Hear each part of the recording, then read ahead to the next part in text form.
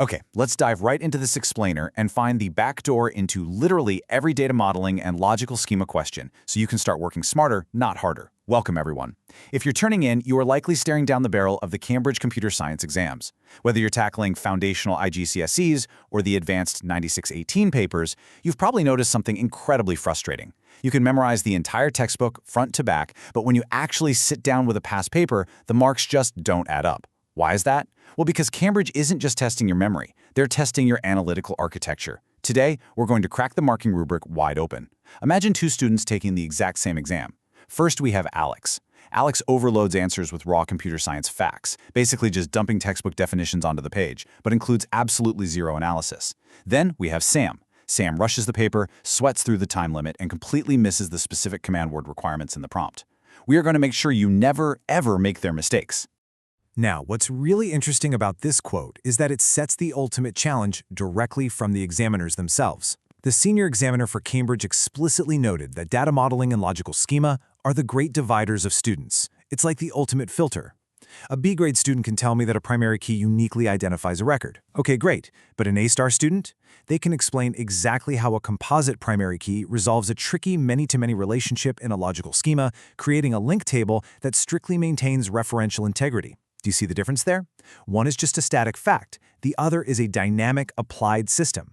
The A-star student actually visualizes the data moving. Examiners are desperately looking for candidates who can demonstrate that higher-order thinking. So, here is our masterclass roadmap to give you the inside scoop. 1. The A-star difference. 2. Core principles. 3. The standardized sequence. 4. Evaluating quality. And 5. Top examiner warnings. Let's start with Section 1, the 8-star difference, where we look at superficial breadth versus conceptual mastery. We constantly see students like our friends Alex and Sam who overload their answers with raw facts. But what the examiners actually require is logical, structured reasoning, and analytical depth. Let's say the prompt asks you to evaluate the use of third normal form in a hospital database. Sam completely ignores the word evaluate and just hastily defines the normal forms, minimal marks. Alex writes a massive essay on atomic values and dependencies, but completely forgets the hospital context. Again, massive points lost. To grab those marks, you have to decode the command words and use the PEL framework. That's point, evidence, explanation, link. Your point: third normal form prevents data anomalies in patient records. Your evidence: removing transitive dependencies means a doctor's phone number is only stored once. Your explanation: this prevents update anomalies that could lead to life-threatening miscommunication during an emergency. Your link: therefore, while third normal form requires complex query joins, it is absolutely essential for a hospital database. Now that is analytical depth. So, the absolutely crucial point here is mastering the method mark strategy. Multi-step calculations and complex modeling scenarios are exactly where unprepared students bleed points. When you normalize a conceptual schema, the examiner is essentially watching your brain work. If you jump straight from a messy flat file right to third normal form tables and you make one tiny error, boom, you lose everything. But if you explicitly draw out the tables in first normal form, identify the repeating groups, consciously move to second normal form by removing partial dependencies, and then finally create your third normal form tables, the examiner awards method marks for your logical steps. You literally have to prove how you got to the answer. Before we continue, subscribe to our YouTube channel Ace the Exams, at @acetheexams_IGCSE to excel in your Cambridge examinations. Click that subscribe button and hit the bell icon right now. Moving right along to Section 2, Core Theoretical Principles. Let's see how the theoretical architecture builds your mark potential. In data modeling, you simply cannot build a functional database without fundamentally understanding entities, attributes, and relationships. Examiners look for knowledge, sure, but then they immediately pivot to application. To achieve top marks, you must integrate these 3 core principles and apply your conceptual understanding to completely unfamiliar contexts. First up, precise definitions. A candidate key isn't just a key, no. It's a superkey with no repeated attributes from which the primary key is chosen. Second, causal relationships. If you change a one-to-many relationship to a many-to-many, what's the actual effect? Well, you must create an intermediary junction table to resolve it. Finally, cross-topic connections. This is a big one. If you discuss data schemas, connect it to data security. Logical schemas allow for different user views, which protects sensitive data, tying perfectly into your security modules. Examiners love that. All right, Section 3, the standardized sequence. This procedural framework is your blueprint for systematic processing. This brilliantly illustrates the standardized sequence you must use to clearly show you're working and secure those vital method marks. Let's do a quick mental challenge to automate your sequence. Imagine the exam hands you a flat file of an airline booking system. Step 1. Identify key elements. Scan the text and highlight your entities. We have passenger, flight, booking. Step 2. Apply principles. You know a booking links a passenger and a flight, making it a junction table. Step 3. Execute analysis.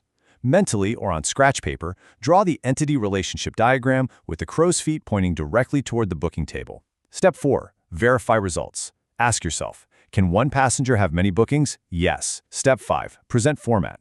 Write out your logical schema clearly, remembering to underline those primary keys. This exact sequence is what pushes your mark potential straight to 100%. When applying algorithmic thinking, this specific decomposition sequence ensures efficient implementation and guarantees you hit all your assessment objectives. And guess what? It applies perfectly to schema design too. Data structure selection is exactly what you do when you are deciding data types in your data dictionary. Think about it. If an attribute is a phone number, you select a string, not an integer. Why? Because you need to store that leading 0. That right there is algorithmic thinking applied directly to data modeling. It shows the examiner you are looking 3 steps ahead to when this database actually gets implemented in SQL. Stop scrolling. Subscribe to our YouTube channel, Ace the Exams, at AceTheExams_IGCSE to excel in your Cambridge examinations. We've helped thousands of students improve by 2 to 3 grade boundaries. Join them right now by subscribing to @AceTheExams_IGCSE and turn on all notifications so you never miss our weekly exam strategy sessions. Let's jump into Section 4, Evaluating Algorithm Quality. Welcome to the workshop. We are going to test how well you can evaluate an algorithm's quality under time pressure. If you scan a complex data source, you need to extract specific metrics to compare approaches and justify your recommendations. Let's do Challenge 1, the data scan. Imagine a complex data table on your exam paper. You shouldn't be reading every single cell. Instead, you scan for repeating groups to instantly extract the core trend, like realizing the table isn't in third normal form. Now, Challenge 2, find the flaw. Someone suggests indexing every single field in a database to improve search speed. What is the flaw there? Well, while indexes definitely improve read speed, they negatively impact write speed and drastically increase space complexity. Every single new record forces updates to dozens of indexes, completely tanking performance. Extracting those metrics to justify your answers proves your higher-order problem-solving skills. This Deconstruct Solve Evaluate workflow is your absolute go-to speedwriting template for evaluating alternatives. For Challenge 3, speedwriting, imagine you have to evaluate 2 schema designs. First, identify given information. Say Schema A has some redundancy, but Schema B is fully normalized. Second, break it into logical steps based on context. If the prompt tells you it is a read-heavy historical archival database, Schema A might actually be better for performance since you don't have to join as many tables. Solve systematically, check the reasonableness of your claim, and make a highly justified recommendation. That is how you dominate evaluation questions. For our final segment, Section 5, we are revealing the top 3 high-stakes warnings straight from the principal examiner reports. Can you spot the flaw in your own practice answers? Make sure you never make these 3 mistakes. Number 1, confusing cause and effect. Students constantly draw relationship lines backward in their ERDs.